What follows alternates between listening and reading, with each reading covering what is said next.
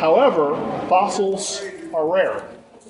And also, most of the fossils in this limestone itself are small. In some caves, in some parts of the country, there are fossils almost everywhere, and some of them are almost as big as my hat. And there really aren't those to show you. One of the best fossils is in Mammoth Dome, and unfortunately you're going to have a lot of other things to see, and we're not going to stop in Mammoth Dome. We're going to walk through Mammoth Dome. There's a coral fossil in Mammoth Dome about the size of a softball. It looks good. But they're mostly, they're all dead sea creatures, and they're all about 100 million years older than the dinosaurs. Come on in closer, we're answering questions. Come on in. Who had a question over here? Question? How many tons of dirt would it take? I mean, how much saltpeter would they get out of it? Hard to answer. How much dirt was used to get saltpeter out of it? A lot. We don't know exactly. The records aren't that good. We do have an estimate of 400,000 pounds in 3 years, but that's an estimate. We actually know very little about the saltpeter mining operation back in 1812, unfortunately.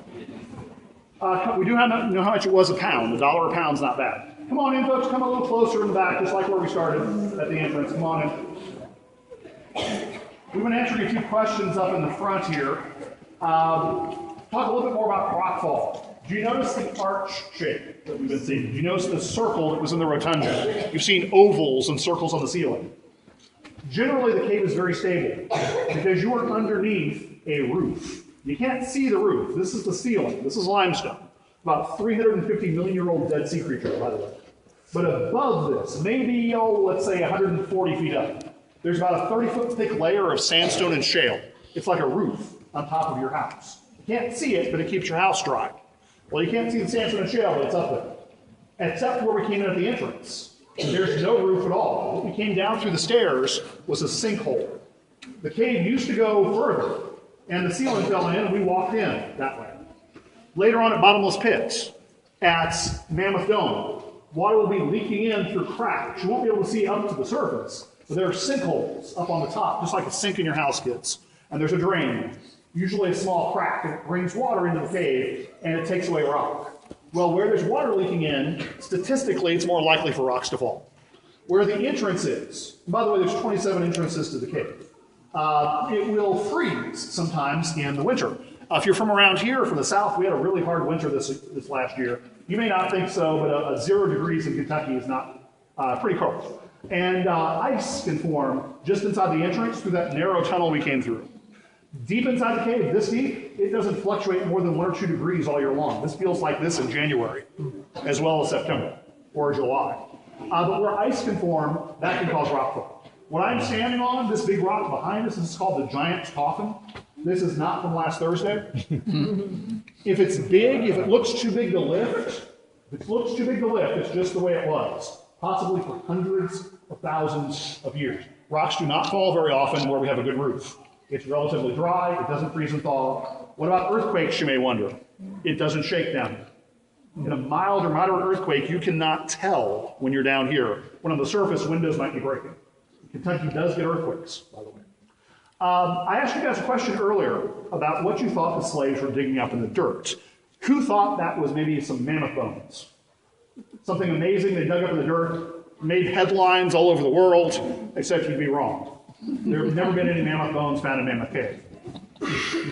Who thought it was gold or diamonds or something precious in the dirt? Well, this is the wrong kind of rock. This is, please do not run, and you need to be closer to a parent or adult, please. Because I'm about to turn off the lights. You should be right next to somebody, please. Nobody found any precious materials in the cave.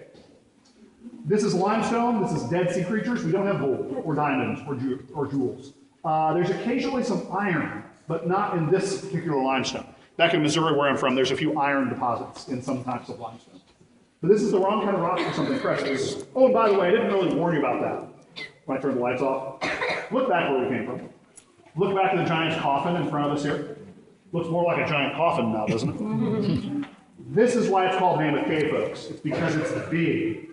Have you ever been to a cave this big before? No. We're almost 2/3 of a mile into the cave right now. That tunnel goes on for 3 more miles. There's a room back there 4 times bigger than the rotunda. If you had been here in 1795, that's when we think that entrance was rediscovered by pioneers. If you came in here as a saltpeter miner, a slave in 1810, would this be impressive by lantern light? No. Is it impressive now by lantern light, I hope?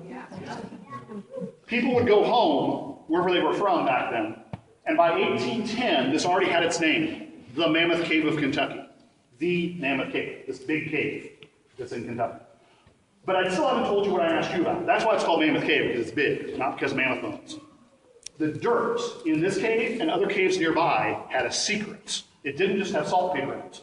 The slaves were digging up human bodies. Dried out, very well preserved ancient Native Americans. Some of them were buried in the cave over 2,000 years ago.